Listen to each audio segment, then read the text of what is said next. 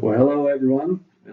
This is Travis. It is 4:29, April 29th at 3:30 in the afternoon. I'm not going to lie, I just spent all day doing these e-builder updates, and so I want to show you where I got to and sort of explain to you what this can mean.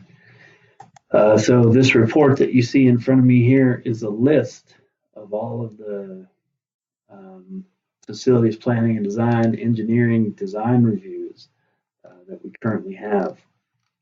And you'll notice that all the file names have changed. And that's because that's what I did all day. I went in and changed the file names on all these different reports. And so first, let me show you what those file names look like. In the folder 7.05, you'll find your design review files, same as the design review files have always been. But if I can maybe zoom in here, you'll see that the file name now is coded.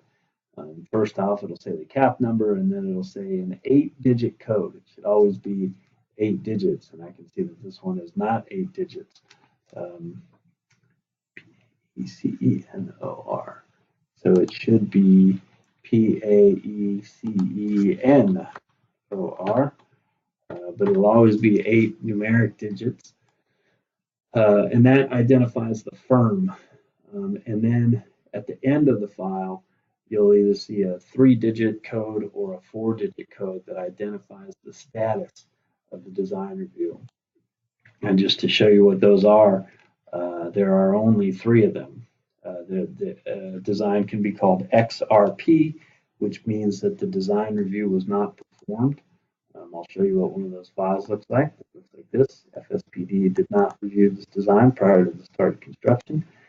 You can have a DIO. That means design issues are open. It means that we have comments here that say comments unresolved. And it should be the most current comment that's still unresolved. There's an unresolved comment there. So that unresolved comments is DIO, design issues open. Here's another XRP. And then, of course, the ADIR. ADIR means that all design issues are resolved. And so you should basically see that for every project going down the list. They'll always either be DIO or XRP or ADIR. Now, in some cases, there was more than one file in the project directory, and so, like you can see that here, there's 3 files sitting here in the project directory. And in that case, I tried to just go by the most recent file. In some cases, I couldn't really tell. It looked like there might be some versions going on. And so I sent you an action item asking you to clean up the files there and figure out which one was the most current. Now, the important thing to note here is that if we look at the engineering pipeline report now, there's a new tab. And we're going to call this Consulting Engineers. And this is actually that 8-digit code for all the consulting engineers that exist in Kaiserdom. Normally I'll sort them by the long name of the firm, and I have put in multiple versions of the firm if we're dealing with different offices of those firms. Example is Capital Engineering down here, where we do have a Northern California and Southern California office. Also, Gresham Smith Partners seems to have an office up in the north and an office in Nashville.